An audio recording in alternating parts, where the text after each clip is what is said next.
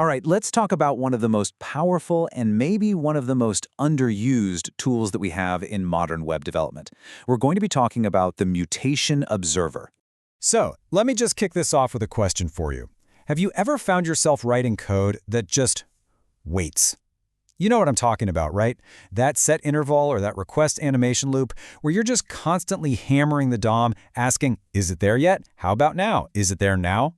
If you're nodding your head right now, trust me, you are in very good company. This is a super common situation for developers, and it's actually at the very heart of the story we're going to follow today, which features a developer we'll call Timothy. Okay, so picture this. Timothy gets a new ticket.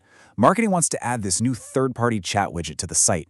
And of course, it's kind of clunky, it loads from some external script, and it just injects itself onto the page whenever it feels like it. There's no predictability at all. Now, his actual task sounds simple. All he has to do is attach a custom analytics event to the Chat Now button inside that widget.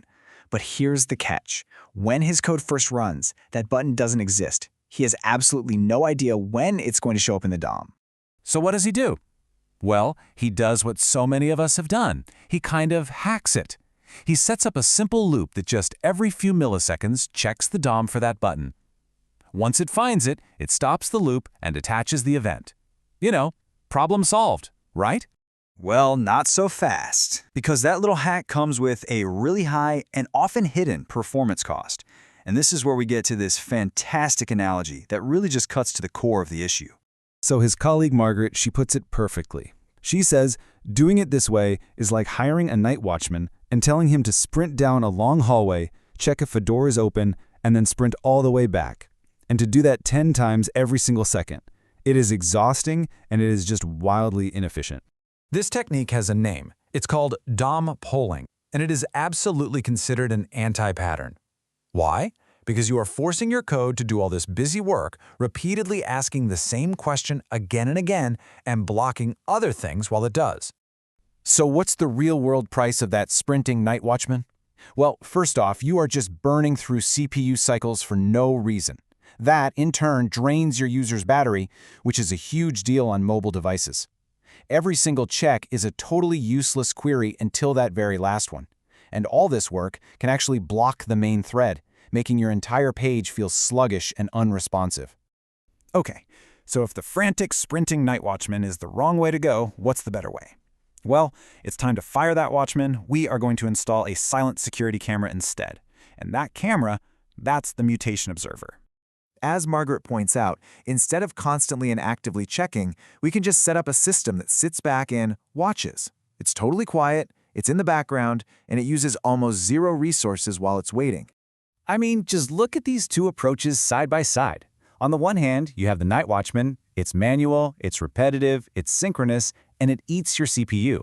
On the other hand, you have the security camera, automatic, event-driven, asynchronous, and incredibly efficient. The difference is just, it's night and day. And here's the fundamental shift, the real aha moment. We are flipping the responsibility. Our JavaScript is no longer yelling at the browser, hey, has anything changed yet? Instead, we're telling the browser's own super optimized engine, hey, you watch this area for me, and you just tap me on the shoulder the very instant something happens. Okay, that all sounds great in theory, but how do we actually use this thing? How do we put this silent security camera into practice? Well, it turns out it's actually pretty straightforward. It really just boils down to 5 basic steps. 1, you pick the part of the DOM you want to watch. 2, you create a new Mutation Observer. 3, you configure it, telling it what kind of changes you care about. 4, you turn it on with the observe method. And 5, and this is so important, you turn it off with disconnect when you're all done. Now, that configuration step is where all the magic is. You can get really specific. You can tell it to watch all the children of an element with subtree. You can tell it you only care about attribute changes, like if a class gets added. Or you can even have it watch for changes to the actual text inside an element. Now, here is a pro tip from Margaret that you absolutely have to remember if you care about performance.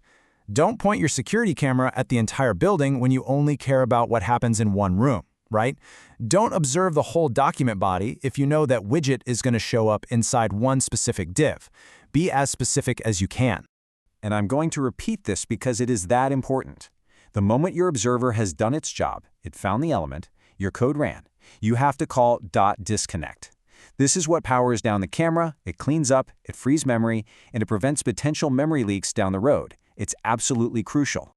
And I mean, look at this. The payoff is crystal clear. The CPU usage for DOM polling is just this constant, frantic, high-energy burn. And for the mutation observer, it's a flat line. It does literally nothing until the one moment it's needed, it fires once, and then it's done. So, back to Timothy's app. The result is just incredible. His application is now super responsive. The page loads, the CPU stays quiet, and then, whenever that widget finally decides to pop in, the observer fires exactly one time, attaches his event, and then disconnects itself. It's clean, it's silent, and it's incredibly efficient. So we've seen just how powerful this one tool is. But it's not working in isolation. It's actually part of a really powerful family of modern browser APIs. It's like a complete toolkit for observing things in the browser. I like to call it the observer trifecta. You've got the intersection observer, which is perfect for lazy loading images or triggering animations as things scroll into view. You have the resize observer, which lets you know when an element's size changes. And of course, you've got our hero today, the mutation observer, the master of all things related to the DOM tree changing. And when you use these tools, the main thread is left completely undisturbed. It can focus on user interactions and keeping your app feeling fast. And that clunky third-party integration that Timothy was worried about, to the user, it now feels totally seamless. So that brings us to the final question, one for you to take back to your own work.